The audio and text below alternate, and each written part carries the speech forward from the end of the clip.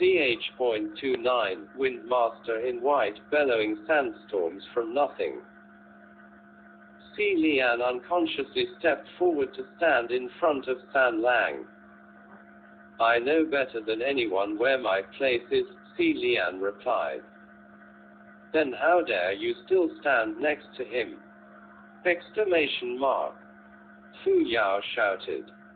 Because, if I stand next to him, the snakes won't come, Lian answered earnestly. Hearing the response, San Lang pffed and laughed out loud. Fu Yao became grimmer. Grimmer and grimmer, his face suddenly turned completely black. It wasn't just his face, but Lian's entire line of sight dimmed into darkness. The curtain of flames and the ring of fire created by Fu Yao were suddenly completely extinguished. Lian heard San Lang snicker and say, "Useless trash," before gripping his shoulders to pull him close. Soon after, Lian heard a sudden downpour of endless battering above them, like a thunderstorm, hitting an umbrella. Needless to say, now that the defense barrier was gone, the snake deluge came pouring down crazedly.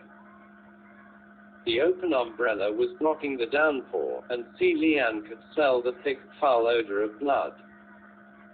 He was about to fight, but San Lang stopped him. Don't move. No lowlives will dare approach. His tone was confident. The first sentence was soft and gentle, the latter had a layer of arrogance. Lian wasn't worried, but hearing Fu Yao's angry roars at the other end, sounding as if he was getting covered in snakes, he called out, "San Lang." San Lang instantly replied, "No." Lian didn't know whether to laugh or cry. "How did you know what I was going to say?" "Don't worry so much, he can't die," San Lang said. Just then, another roar came from a different part of the pit. "Banyue. If you want me to die, then have them bite and kill me in one go." "What the hell is this?" "It's not me," Banyu cried. It seemed Kimo had woken from being battered, discovered himself covered by countless snakes, and believed it to be Banyu's doing. "Fu Yao, can you light another fire?" "Do it again," Lian shouted. Fu Yao gritted his teeth. "That thing next to you is restricting my powers, I can't light anything." Lian felt dread, and San Lang said, "It's not me." "I know it's not you," Lian said. "But that's precisely what's wrong. Both Banyu and Kimo are bound by the God-binding rope. They can't use their powers. My powers are depleted, and you're not restricting anyone, meaning there's a sixth person in this pit." Exclamation mark. "Have you lost your mind?" Fu Yao demanded. "What sixth person? There wasn't anyone who came down." "Who's there?" Banyu suddenly said. "Banyu, what's happening? Is someone over there?" Lian asked. "Someone." Banyu's voice disappeared halfway, whether her mouth was sealed shut, or she lost consciousness was not known. Lian called out again, "Banyu." Fu Yao was still fighting snakes, and was throwing spiritual energy everywhere, flashing here and there in the dark. "Be careful. She might be tricking you." "Not necessarily," Lian shouted. "I'm going to save her first." Lian was about to run into the snake deluge when he heard San Lang's voice next to his ear. "All right." Lian felt the hand grasping his shoulders tighten, and in a flash they were blitzing forward. Lian realized in awe that the boy was advancing and attacking, but with an umbrella in one hand, and him in the other. In the darkness, silver shimmers flashed about once more, clanking and clinking, when suddenly a sharp sound of two swords clashing rang in everyone's ears. "Oh," San Lang said. "There really is a sixth person. Interesting." Si Lian had no idea how San Lang was controlling the weapon or what kind of weapon it was, but whatever it was, it most certainly did meet head-to-head with another. The other party remained silent, and Si Lian could only hear the sound of metal scraping metal as the fight intensified. From time to time there would be sparks flashing in the dark, but each time it was so short-lived it was hard to see the other's face. Listening to the fight, Si Lian could feel Ruoye grip him tighter and tighter, and had to murmur reassurance.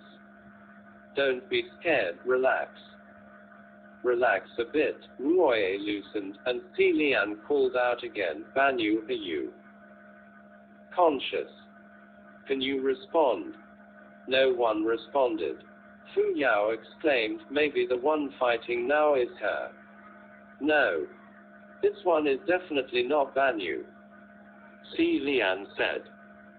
When San Lang fought Kimo in the dark, he was light-footed and messing about, playing with him.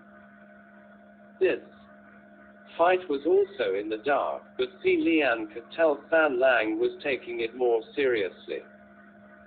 The other party was extremely skilled in martial arts and weaponry. Banyu was small and weak, just looking at her limbs. It was obvious power and arms were not her forte, so it was impossible for her to be the one fighting San Lang. But who was this sixth person? When did they appear? Exclamation mark. Fu Yao griped, "Someone who would betray her own country is no different than Xuanji. Why on earth would you still believe in her? Fu Yao, can you not be so irritated?" Si Lian said. "You wait. What did you just say?" Fu Yao struck out another fist, and blew away a bunch of snakes. "I said, why on earth would you believe in her the same way you believe in that thing next to you? No, not that. You said Xuanji. You mentioned Xuanji's name, didn't you?" Si Lian said. "Yeah, so what? Exclamation mark. She's completely irrelevant." Si Lian, however, held his breath. A moment later, he called out, "Stop fighting, there's no more need to hide. I know who you are." The sound of blades clashing never halted, the other party unaffected, but Si Lian wasn't worried. "Did you think I was bluffing when I said I already know who you are?" "General Pei Jr., who are you talking to?" Fu Yao was dumbstruck. "General Pei Jr. Don't be crazy. Who do you think he is? If he descended, everyone would know." "You're very right," Si Lian said. "But what if it wasn't his true self that descended?" In the darkness, the fighting weapons faltered, then continued anew. Si Lian spoke, "It took me too long to figure this out. I should have known from the beginning. I knew that for close to 200 years there was something causing havoc, but none of the heavenly officials cared, and no one dared to speak of it, so there must be one or a number of officials keeping a wrap on this scandal. But because I wasn't familiar with many of the officials, I didn't dare to boldly pin this on anyone, and never tried to boldly deduce just which heavenly official it could be. It was Fu Yao's mention of Xuanji that reminded him. When it came to Xuanji, it wasn't hard to relate her to the two General Peis, and the north was their territory. Fu Yao once said in passing that prior to his ascension, General Pei Jr. sorted a city. Which city? It could very well be the kingdom of Banyu. The upper court wouldn't bat an eyelash at something like this. Everyone needed to spill some blood if they wanted to do great things. But sorting a city wasn't anything glorious, after all, and if the story spread too far it would affect the numbers of new believers, so of course there would be some cover-ups after ascension.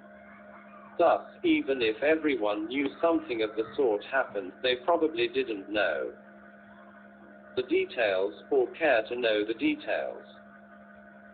Besides, if it wasn't for deep grudges, who would have had the time or motivation to dig up his past, and offend the support behind his back?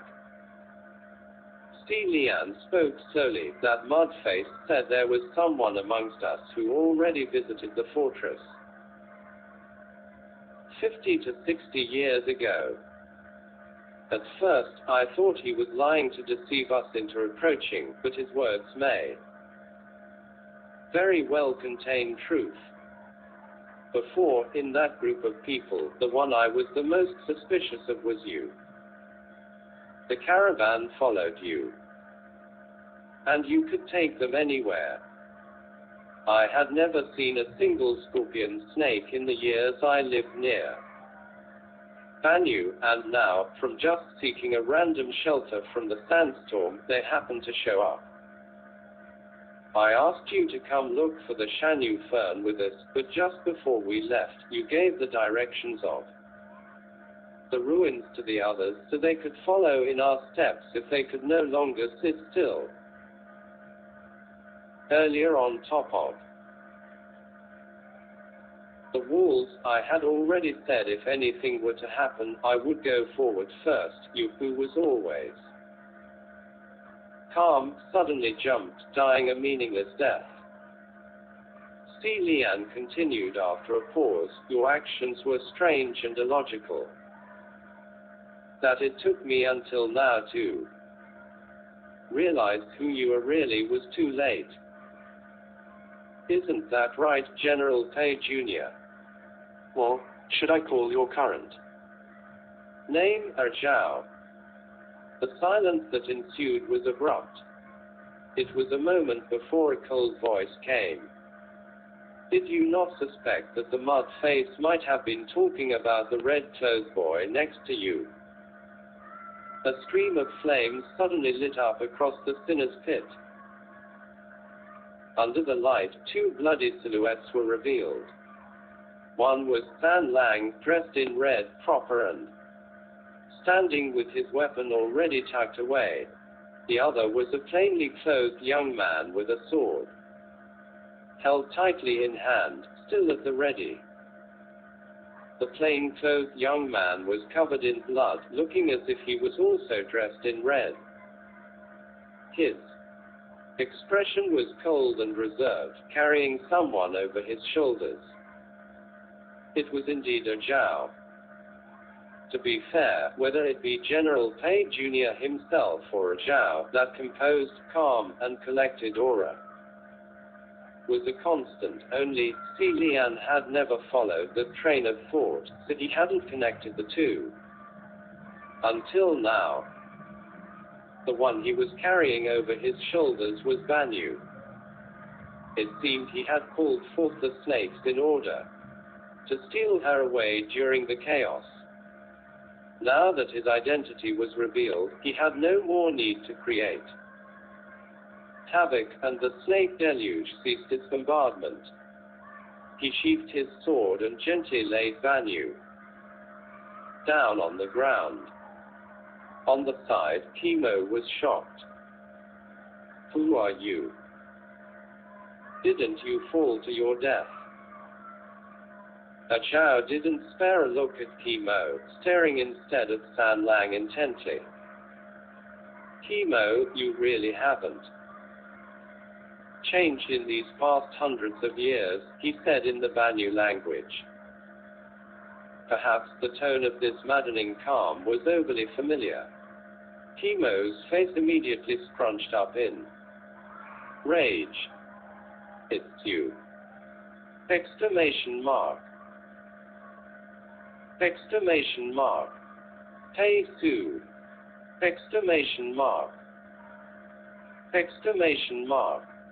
If not for the God-binding rope solidly tying him down, Chemo would have lunged at him to fight to the death. General Page Jr., C. Lian said. Those scorpion snakes didn't just listen to one command. You controlled all the snakes. Banyu said no longer listened to her and went out to harm, correct? I did it. He certainly admitted it easily. Did Banyu teach you how to control the scorpion snakes? C. Lian asked. She didn't, Pei Su said. But how she does it, I could very well learn for myself. General Pei Jr. is exceedingly intelligent after all, C. Lian commented. After a pause, he then asked, when did you two meet? How did you two meet? Pei Su, however, gave him a look. General Hua. C. Lian was puzzled. Why are you calling me by that title too? Pei Su asked quietly, do you not recognize me, General Hua? Now C. Lian did. The beginning of it was kind of blurry. Banyu was bullied and ignored by other Banyu children when she was younger, and only a young boy of Yongan would sometimes pay attention to her. That boy was like Banyu and didn't talk very much. Quite a number of children living on the border were from military families, and many also enlisted in the army when they grew older.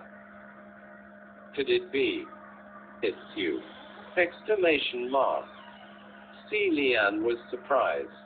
I can't believe it took me this long to realize it was you. Pei Su nodded. It's me. I've only just recognized General too. No wonder. So turns out Banyu and the enemy general had known each other since long ago. Did Banyu really heed your order to open the fortress gates? C. Lian asked. On the other side, Chemo spat and yelled, despicable Pei Su. Untie the ropes, let me fight him to the death. Pei Su said coolly, first of all, we already had a battle to the death 200 years ago, and you lost. Second of all, how am I despicable? Chemo shouted, if you two didn't collude, how would we lose? Exclamation mark. Chemo, don't deny it, Pei Su said. Even though I only had a troop of 2,000 with me at the time. Breaking through the fortress gates was only a matter of time for me.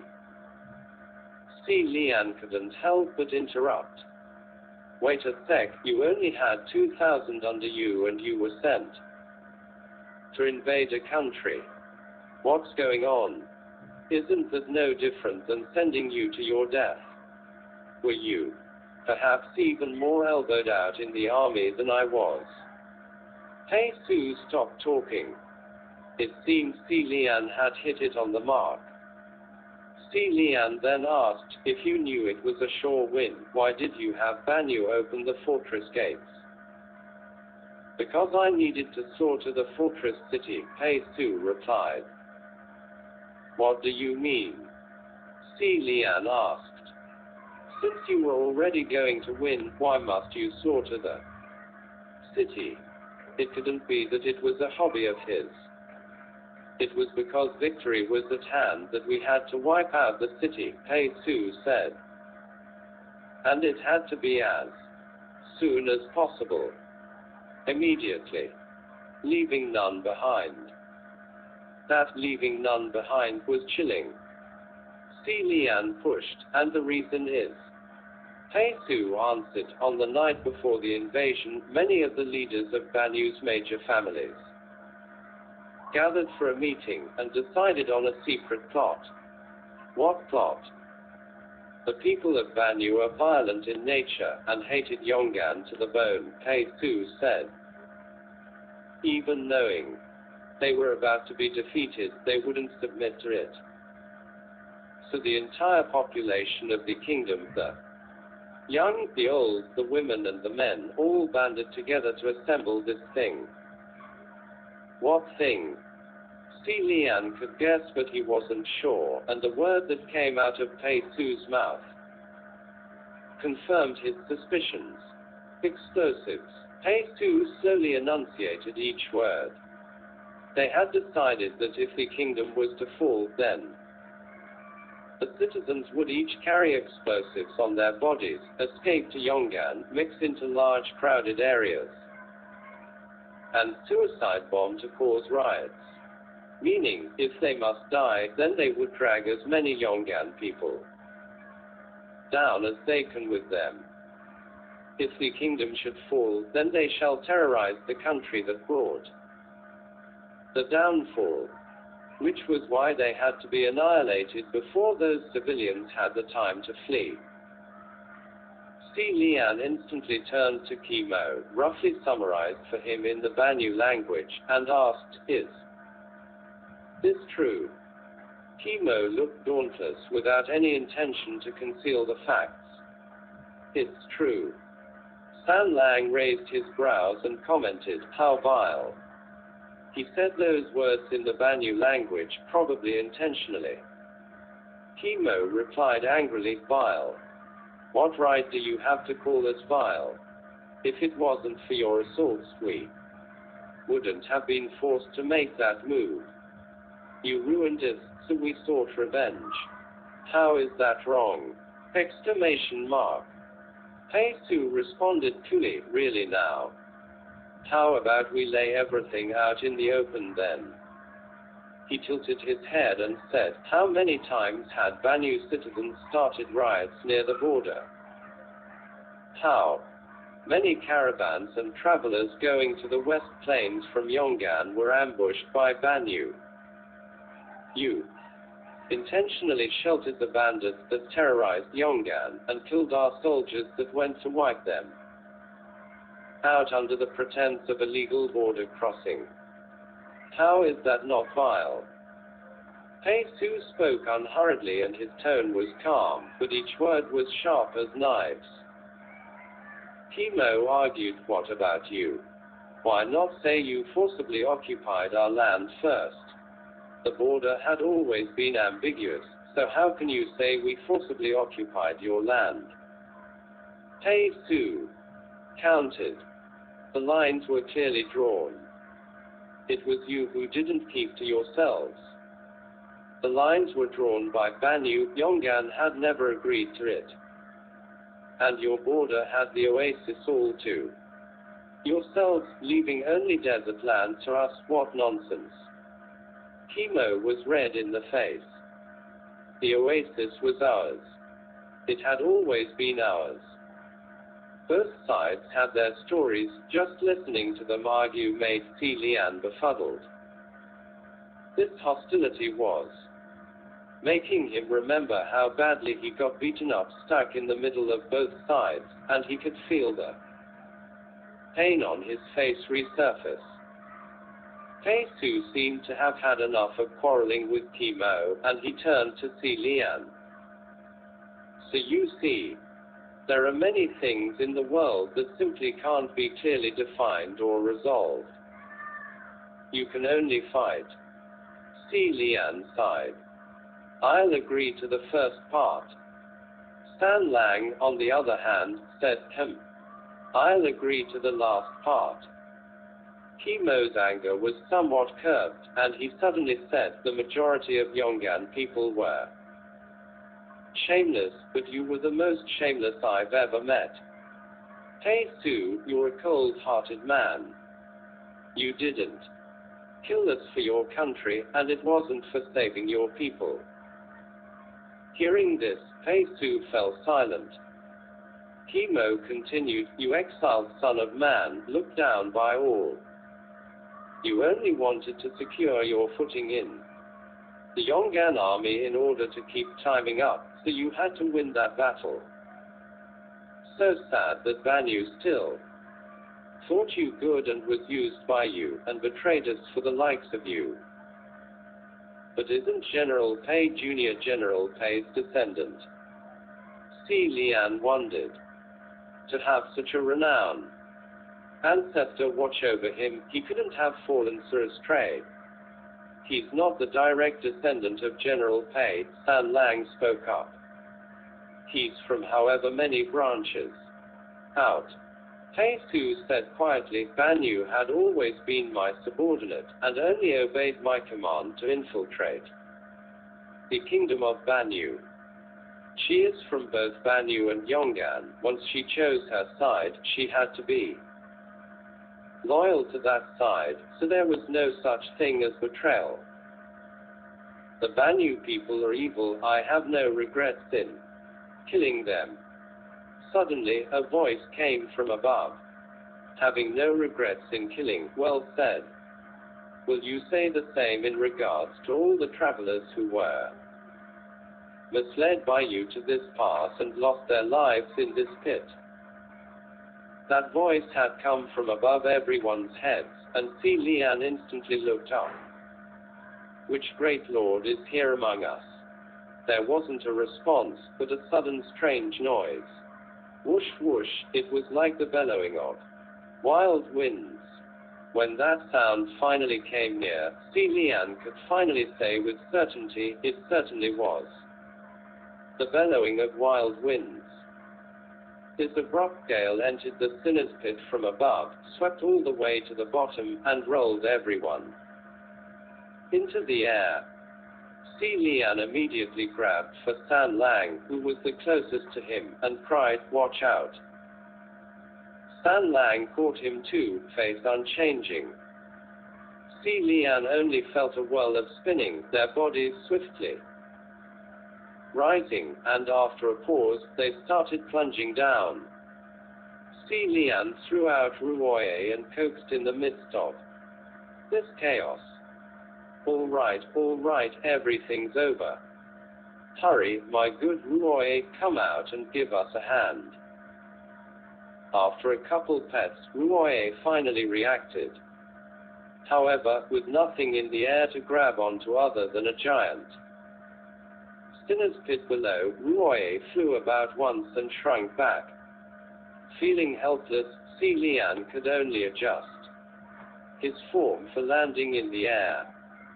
If it was like previous times, he would have cratered headfirst 3 feet into the ground, but this time, just before they hit the ground, San Lang reached out and gave him a pull, and he actually landed with his feet flat on the ground. When his boots firmly touched ground, he was even a little incredulous. But that feeling went away very quickly when a black-clad silhouette came stumbling before him. Si Lian saw who it was and delightfully called Nan Feng. It was Nan Feng indeed, but a disheveled Nan Feng. It looked as if he was rolled in grime 10 times before, getting thrown into a rambunctious den of beasts to spend the night. His clothes were tattered and bedraggled to the max. Hearing Si Lian's call, he only waved his hand and quietly wiped at his face. Unable to speak, Si Lian lifted him to his feet. "What happened? Did those 2 ladies beat you up?" Before his words fully left his lips, 2 figures appeared behind Nan Feng and strolled over. One of them was the woman cultivator in white with a whisk in her arms, and she greeted Si Lian cheerfully. "How do you do, Your Royal Highness?" Although Si Lian didn't know who this was, proper etiquette must still be kept, however, he didn't know how to address her, so he could only smile back and wave. "Greetings, fellow cultivator." The lady in black on the side glanced at Si Lian coldly, but didn't seem to care for him. When her eyes moved on to San Lang, however, she paused, seeming to think he was a dubious figure, and stopped for a moment. The gusts earlier had blown everyone out of the pit, and the two ladies walked past Si Lian, heading straight for Pei Su. He saw them approach and didn't appear surprised. After all, he had already seen them in town when he was still playing the part of a Zhao.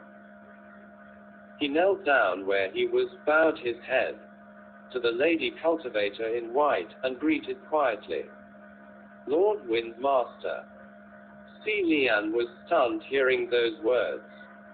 And here he thought she was some menacing ghost or monster, who knew it was actually a heavenly official. And it was the Windmaster, the one that was throwing out 10,000 merits in one go in the communication array. But now that he was thinking about it in detail, there wasn't anything out of place. At the time, she was saying something along the lines of, "Where did they all go? Do I have to dig them out and kill them one by one?" And made him think she was after them. In reality, this they might not have meant them. It could mean the Banyu soldiers. Only, Si Lian thought he was alone in this investigation, and naturally thought the lady cultivators were strange and wicked. To a heavenly official that could easily hand out 10,000 merits, Si Lian couldn't help but feel a nameless reverence. He elbowed Nan Feng. "Why didn't you tell me this was the Windmaster sooner? And here I thought she might be some sort of snake spirit or scorpion spirit. What a disgrace." Nan Feng's expression darkened. "I didn't know it was the Windmaster. I've never seen the Windmaster like this before. The Windmaster had always been." Never mind. Si Lian understood. This was probably a fake appearance the Lord Windmaster was donning, so he didn't dig into it. He asked, "How did the Windmaster come to the Banyu Pass?" "To help out," Nan Feng said. "When we saw them strolling in the streets earlier, they were actually looking for those Banyu soldiers."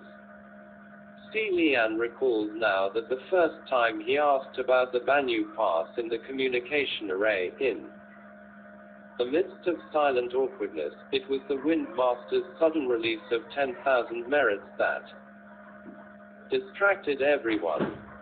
The Windmaster probably already took notice of his query then. As Si Lian mused, the Windmaster bent down in front of Pei Su. "Little Pei, I've heard everything, you know." Pei Su hung his head. "The Windmaster demanded that you admit that in these past 200 years, you were the one who lured all those travelers into the ancient kingdom of Banyu." Since he was already caught, Pei Su didn't argue, and only replied solemnly, "It was me." "Why?" the Windmaster demanded. After a pause, Pei Su asked, "Lord Windmaster has long been suspicious. Can you not guess why? Is it only because these souls of the dead are the iron proof of the blood on your hands whilst you were a human, and would become obstacles for your climbing higher in the future?" Windmaster asked. Pei Su neither agreed nor disagreed. Si Lian, who was listening on the side, couldn't help but ask, "If anything, why didn't you just kill them directly? Why must you use such a method as feeding them the living in order to appease their resentment? How is that different than using another's flesh and blood to quench the thirst of one?" San Lang spoke up. "He couldn't. That was true, too. In the upper court, every move by a heavenly official like Pei Su was watched intently by countless eyes. There were many things he couldn't do directly. He couldn't use his true form to come down and kill off all those resentful spirits of these soldiers straightforwardly, and he couldn't send troops to annihilate them either. This was already a concealed affair. If there was too much of a stir, wouldn't it attract everyone's gaze? At most, he could only send a clone like a Zhao down quietly, using the scorpion snake that Banyu was known to be an expert in manipulating to go out and harm, attracting passersby in to feed the resentful spirits to disperse their resentment. No doubt it was a perfect framing scheme. Your General Pei wouldn't have done something like this at all, the Wind Master said. This time I'm afraid you've crossed the line. As a heavenly official, that he would release a clone to cause havoc at the Banyu Pass for almost 200 years, lure numerous passersby down the wrong path and into the ruins, to die in the mouths of Banyu soldiers. No matter how he could spin it, it wasn't a small deal. Pei Su only lowered his head and said, "This young one knows." The Wind Master swept the whisk. "As long as you understand, reflect on yourself and think on it. We'll talk in the heavens." "I understand," Pei Su said quietly. Having finished talking with Pei Su, the Wind Master stuffed the whisk into the back collar of her robe, stood up, and smiled at Si Lian. "Your Royal Highness the Crown Prince, I've heard much about you." To Si Lian, "Heard much about you," really wasn't a compliment, but nevertheless it was meaningless. "Pleasantries," so he smiled back. "I'm sure it's nothing. I've heard much about you as well, Lord Wind Master." "Sorry about before, by the way," the Wind Master said. Si Lian paused. "Before? What happened before? Didn't you all run into a windstorm in the desert?" Si Lian could remember the mouthfuls of sand and replied, "Yes. I started this," the Wind Master said. The Wind Master continued casually, "That windstorm was meant to stop you all from going near the Kingdom of Banyu, but you didn't get blown away, and ended up in Banyu anyway." The more Si Lian listened, the more he felt something wasn't right. Starting a windstorm to stop them from going to the Banyu Pass, and now this whole thing suddenly came into the open. Just what did it mean? Si Lian didn't respond, biding to see what the other would say. The Wind Master then continued, "But in regards to this whole ordeal, I would suggest Your Highness mind your own business and stop putting your hands where they don't belong." Si Lian stole a look at Banyu, curled up on the ground, and dreaded. He was already worried that if this scandal was to reach the upper court, the officials could easily muck up the truth, add strokes to where there wasn't, and have Banyu take all the blame while little Pei ran off scot-free. With Wind Master's sudden appearance, telling him not to mind this business, didn't this cement that they would protect little Pei? Without changing his expression, Si Lian stepped forward to stand in front of Banyu, hiding her behind him, and said warmly, "But I've already put my hands into this business. I can't possibly leave it now." The Wind Master noticed his gesture and smiled. "Don't be concerned.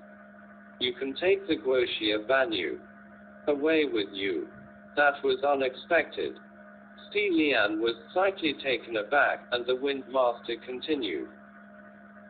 "While you were all in the pit, we heard everything from up here. Although the Guoxi has turned into a savage, when I roamed the city, I saw that she had drawn the array to trap the Banyu soldiers and released all the captured mortals. She didn't hurt anyone and was even saving people. The only ones I'm taking are General Pei Jr. and Chemo. You don't have to worry about me placing blame on anyone. C. Lian relaxed. I'm much ashamed. I've been suspicious. It's normal to worry, the Windmaster said. There's an unpleasant culture up in the heavens, after all. The lady in black looked as if she couldn't stay for another moment, and spoke up. Are you done? If you're done, then let's go. The Windmaster rebutted. Tsk. What's the rush? The more you rush, the more I wanna talk. Still, she turned her head and smiled, taking out a folding fan from her waist and said, Your Royal Highness, if there's nothing else, we'll see you in the upper court. Si Lian nodded, and the Windmaster opened her fan. On the fan was the word for wind, Feng, inner, slant, and 3 inclining lines like the wind on the back. This must be the Windmaster's spiritual device. She fanned forward 3 times, and backwards 3 times. Suddenly, a gust of wind blew from flat ground. The wind threw dust and sand, and Si Lian raised his sleeve to block off the debris. When the wind died down, the 2 ladies, Pei Su and Chemo, had all disappeared, leaving only Si Lian, San Lang, Nan Feng, and the deeply asleep Banyu behind. Si Lian dropped his sleeve, still a little dazed. What just happened?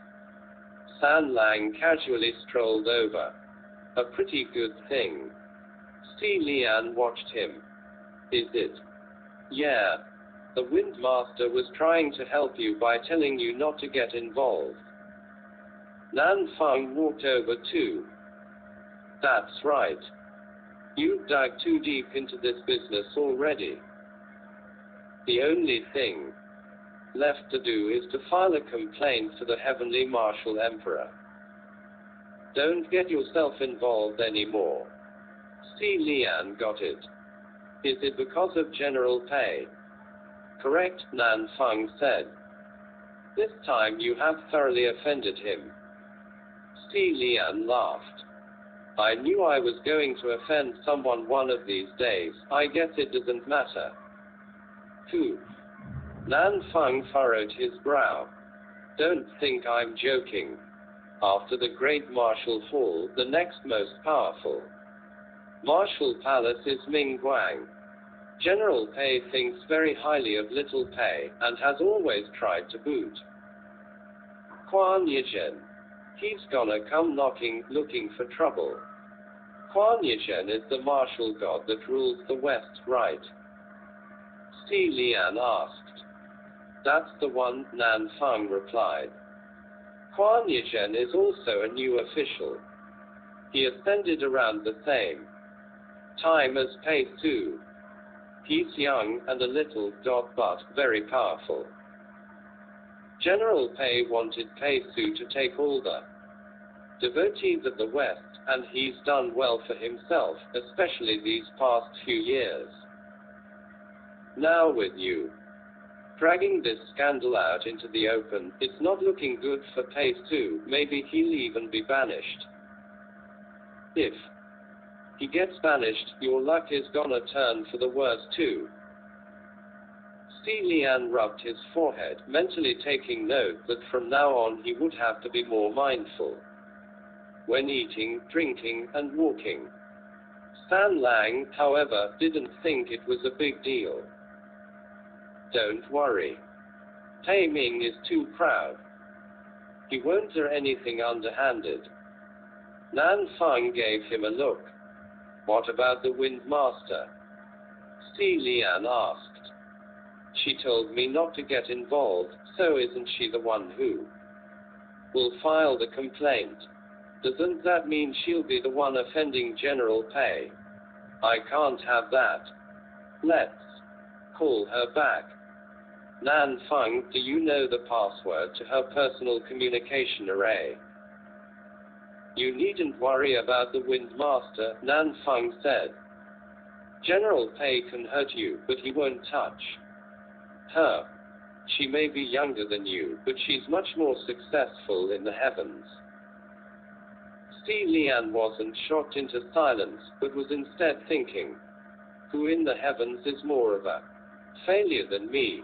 I don't think there's anyone. Stan Lang laughed. With that backing, of course she's successful. Are you talking about the lady in black? She looks to be a strong character too, Si Lian remarked. No, Stan Lang replied. But she should also be one of the 5 elemental masters that make up wind, water, rain, earth, thunder. Probably shouldn't offend her either. The Wind Master could start a twister from nothing, obviously powerful. But the lady in black was stronger. Si Lian recalled the way she watched Stan Lang as if she'd found out something, and felt rather concerned. I agree. But still, there were words that Si Lian thought didn't need to be said, and he swallowed them. He thought even with a strong backing, you may not be successful. Back in the day, the Crown Prince of Xianlei had the support of the Heavenly Martial Emperor who had ruled all 3 realms for 1,000 years. He was still a failure. Si Lian picked up his fallen bamboo hat, dusted it, seeing that it wasn't flattened, and sighed in relief. He tied it back around his neck and looked at Nan Feng. Were you fighting with the 2 ladies all this way? Yes. We fought the entire way, Nan Feng replied, face dark. Si Lian patted his shoulders. Thanks for your hard work. Suddenly, he remembered there was another one who worked hard, and turned around. Where's Fu Yao? Wasn't he watching the wounded? Nan Feng responded. Si Lian didn't recall seeing Fu Yao after getting blown out of the sinner's pit. Actually, ever since Zhao revealed himself, there had been no more sounds from him. If he didn't leave back then, he must have left when the wind blew. Si Lian wasn't actually that worried. He figured Fu Yao didn't want to get mixed up in this mess, so he quickly ran off. But having heard Nan Feng say wounded, he came to in shock, and both cried at the same time, the Shanyu Fern. The sky only just lightened, no rush, Stan Lang said. There was no such thing as no rush when it came to saving lives. Even if it was far from being 24 hours, who knew if anything might have happened in all the time? Si Lian had no time to think about Fu Yao.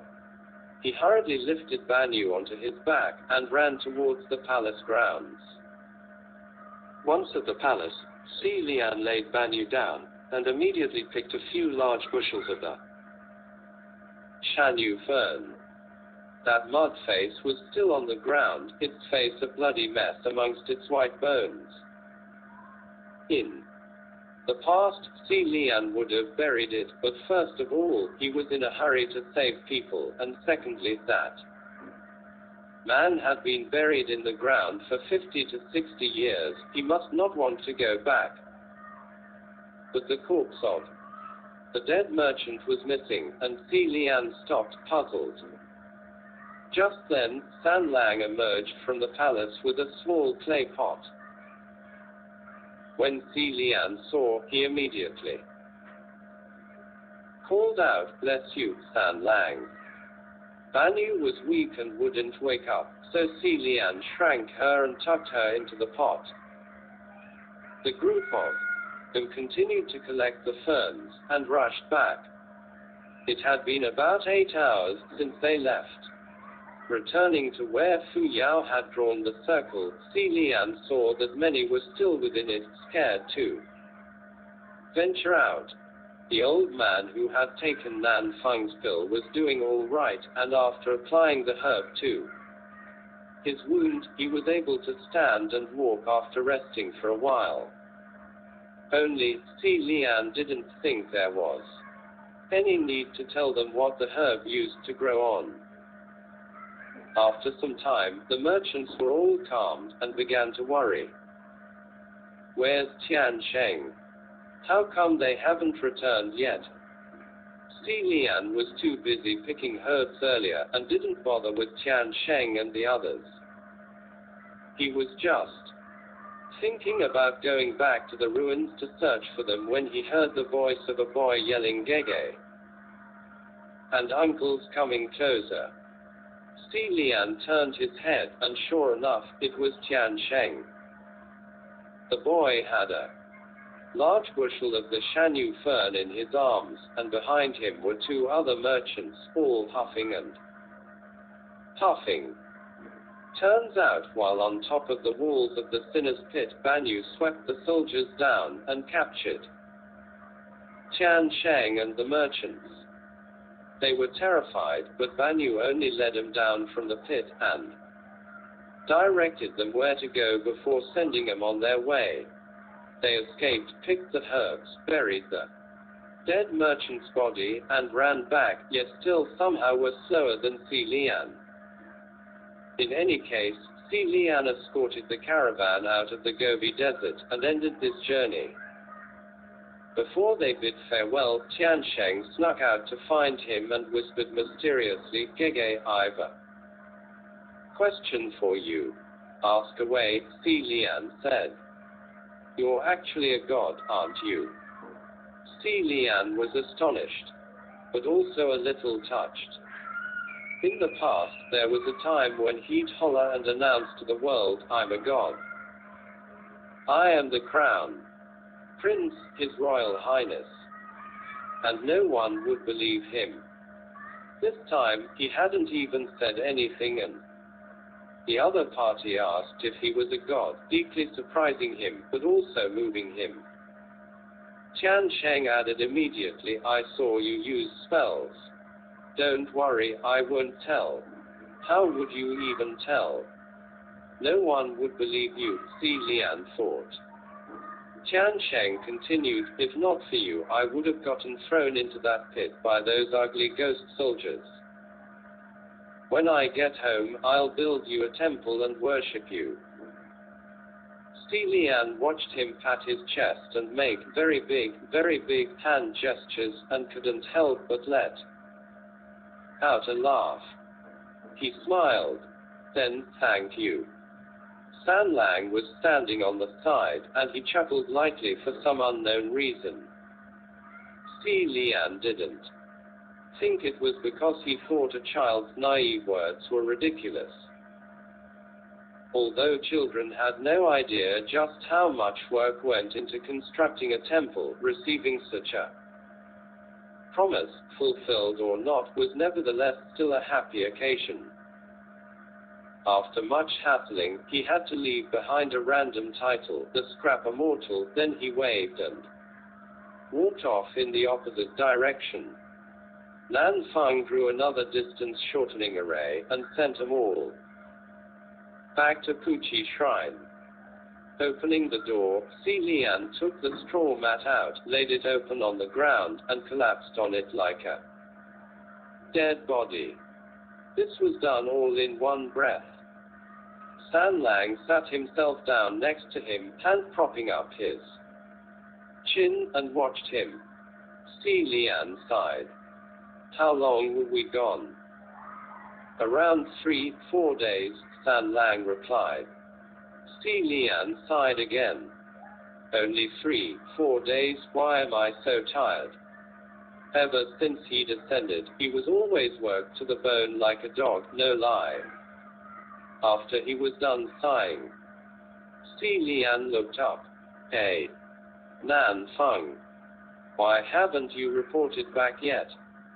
"Report back where?" Nan Feng asked. "Aren't you a junior official of Nanyang Palace? Won't your general miss you after 3-4 days?" My general isn't in the palace right now, so he won't miss me, Nan Feng replied. Si Lian rolled over and got up. All right. It'll be good too, if you stay. What are you doing? Nan Feng asked. Si Lian looked at him cheerfully. I'm going to cook you a meal. As a reward for your hard work. Nan Feng's face dropped drastically. He raised his hand, pressed 2 fingers together and touched his temple, as if receiving someone's private communication. He got up and turned. There's an emergency at the palace, I'll see you later. Si Lian waved his hand. What? Nan Feng, don't go. How can there suddenly be an emergency? I really want to thank you for everything. There's an emergency.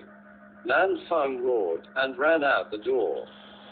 Si Lian sat back down on the mat and looked at San Lang.